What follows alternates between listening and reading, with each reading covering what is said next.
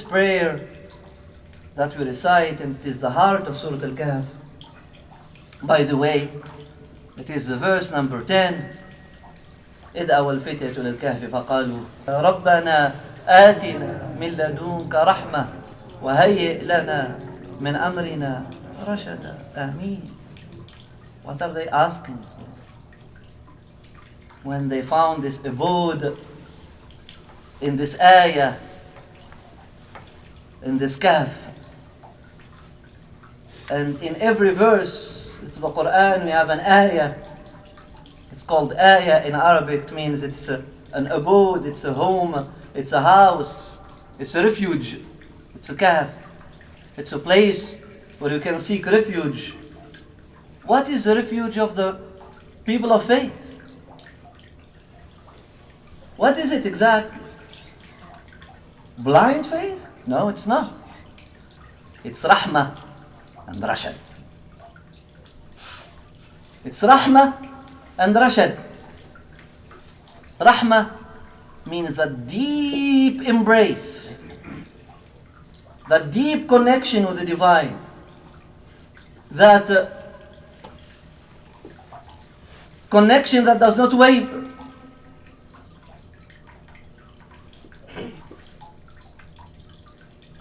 That deep sense of belonging to the one. Rahmah. آتنا من لدنك رحمة. Give us from you, a true connection to you.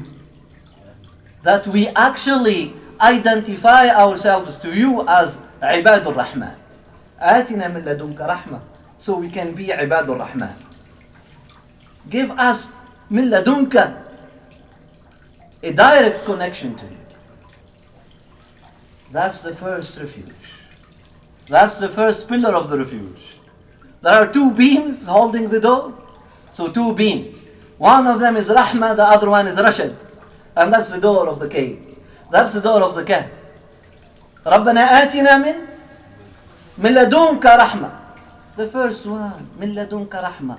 A connection to you. A direct connection to you. So do not seek refuge in an ideology, because ideology is not a direct connection to Allah.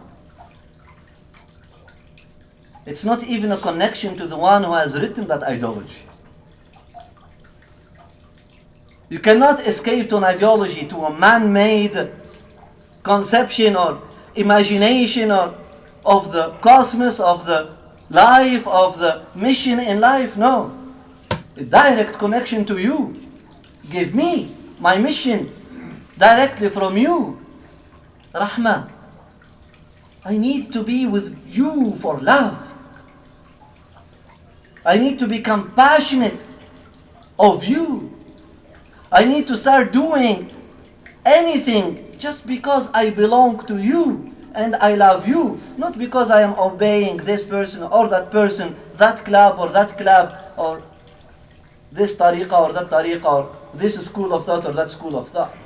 A direct connection to you, a rahmah from you, so I can actually see that you are my Rabb and I am your abd, and I am being raised, I am being shaped, I am being developed under your care. بأعيننا ووحينا. رحمة. آتنا من لدنك رحمة. Because it's too scary without it. If you don't have the direct connection in the moments of difficulty, even if everyone are around you, you'll feel so lonely. You need that rahmah. And Allah subhanahu wa ta'ala from time to time, He tests us with loneliness. And He makes that people, our family members, turn their back to us. Our spouses, our children, our parents, our brothers, our sisters, people with whom we try to nurture a rahim, connection, a tie of kinship. He makes that those people, they actually turn their back to us from time to time, so we find ourselves in that void. It's scary, but there is a message of love in it, telling us that you haven't developed your connection to me enough. Otherwise, all of this wouldn't have scared you this much. You wouldn't be this much scared had you had taken your time and given attention to develop a true rahmah with me, a true connection of rahmah with me, a true love with me, a direct connection to me, a deep sense of belonging to me.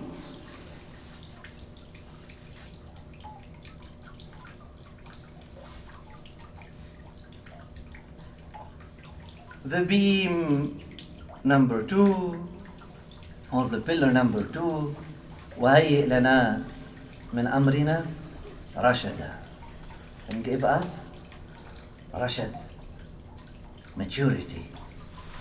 Maturity. Rashad means maturity.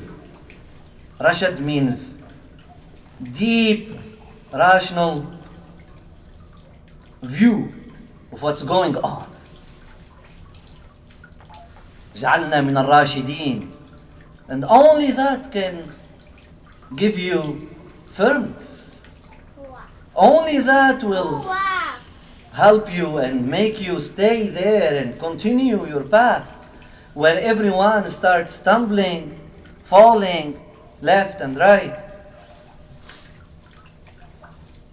Because you cannot rely on your impression of things. You cannot rely on your feeling about things. Tomorrow your feelings may change. You may have an energy crash. You may face a magic attack, may Allah protect you and us. Many things may happen to you. And that feeling, you don't have it anymore. The only thing that will make you keep going is your rashad, is your maturity. You go back, wait. No, I'm not here for a feeling. I'm here 1 + 1 = 2. This project interests me because it is helping, for example, my personal growth. This is what I need now in my life now. 1, 2, 3, 4. Clarity of vision. Rational speaking, it is clear. I know what it is. This is the project. This is where I'm supposed to be. Because 1, 2, 3, 4. That rational thinking helps you to be well rooted in your faith. And that's the role of rationality. The genuine rationality. The true rashad, rational maturity. May Allah subhanahu wa ta'ala give us and you tawfiq. Ameen ya arham ar-rahimin ya rabbil alameen. Guidance and afiyah. May Allah subhanahu wa ta'ala give us and you tawfiq, help, assistance, guidance, huda, and afiyah, and well-being. These years, these coming years, and these years are years of kahf, right? We want to seek refuge. We hope that this year is a refuge. I mean, beyond, is it our calendar, or a Christian calendar, or a Gregorian calendar? You know what? Accept things the way they are. It is a universal calendar now. All colonizers decided it. Behind everyone there is Allah subhanahu wa ta'ala. The will of God made that the beginning of the year is the 1st of January. And that's it. That's all. Take it as such. And celebrate it as such. And you know what? It's all relative. There is no beginning of the year. And there is no end of the year. Since it is 360, since it is a circle, every day can be beginning, every day can be end, every hour can be the beginning, every hour you can have your own year, and you are encouraged take your birthday as the beginning of the year and the end of the year, and celebrate your birthday as such, as a conscious development opportunity to ask yourself the question, where am I at? What have I become? Where am I going? What am I becoming? Individually, now collectively we need stations, we need to agree on dates. Right? When you want to make a date, you need to agree on a date.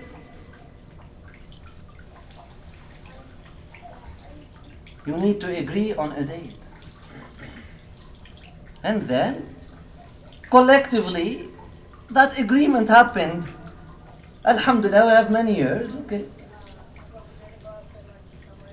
You have the lunar calendar, you have the sun calendar, you have many years. You can have as many opportunities. She does not know. After the khutbah, you tell her that the Jumu'ah is not for that, not now. Let her finish her conversation, maybe it is urgent. So, we can have a date. We can have a date. It's a date. A collective agreement. Bismillah. So let us come collectively and ask the same questions for the sake of God. Instead of quarreling, it is not our calendar, it is your calendar, whatever. Choose a date. I'll come with you. At this point, if you are going to take advantage of that day, not to box, not to have a boxing day, not to have a commercial date, but if it is going to be a date to share kindness and empathy, I'll agree with you, whatever day. February 14th, January 1st, March 22nd, whatever it may be. I'll come with you. But most of all, let us make that date as a humanity. Okay? We are a humanity. This beginning of year and end of year is uniting all of us. Muslims, non-Muslims, Christians, Jews, everyone now. Alhamdulillah. It's a good thing, no? That at least we agreed on something, that at least we have something that unites us. So let us come and make a wake-up call to our consciousness, all of us. As a humanity, where are we at? In our mission of becoming people of rahmah and maturity. Where are we at in our connection to the divine? Where are we at in our maturity? What have we become? What are we doing? Let us celebrate the things that we have achieved as a humanity. And there are things, it's not only dark. There are many beautiful things that as a humanity we have achieved. There are things that people were not ready to discuss 8 years ago, 50 years ago. Slavery was a reality just 100 years ago. Racism, it still exists, but it was louder and more powerful before, no? There are things that the humanity has actually achieved. There are a few steps. Cannot just say it's all wrong. There are a few things. There are people from many religions now, from many paths, they can come together and they can demonstrate or manifest or have one slogan, justice for all. It was never seen before. Everyone was crying for his own justice as the chosen people of the chosen nation. Everyone is putting the slogan of Allahu Akbar or Inna Allah Ma'ana or Gott mit uns. The Nazi slogan. Inna Allah Ma'ana. Anyone is talking about his own small God. The God that is with him and against others. And that's not God. The God that is with you and against everyone else, it's your ego, it's not your God. It's not God. That's not the God, that's your ego. Now if you are taking your ego for God, أَفَرَأَيْتَ مَنِ اتَّخَذَ إِلَهَهُ هَوَاهُ. Go and read your description and your diagnosis and your treatment in the Quran. There is a whole verse talking about those who take God, who take their egos for their gods. Individually and collectively. Because we may have a collective ego. Ego is not just an individual thing. We may have a collective ego. As an ummah, as a nation. What is Nazism? It was a collective ego, a collective pride, a collective complex of superiority.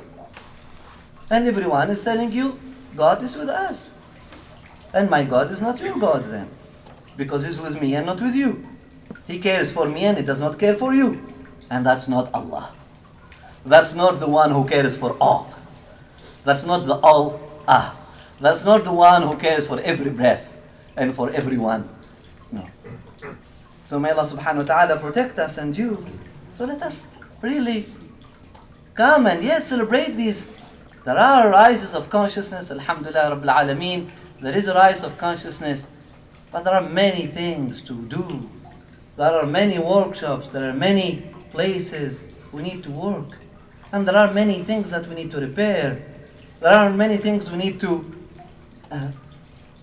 work on. So yes, what are we going? What have we become? And together, really, we can, with the conscious, with the rahmah, with the rashad, we can go to all the governments, we can talk and tell them, what are you doing spending all this money on war while your elders are dying in the streets because of cold? How come? How stupid?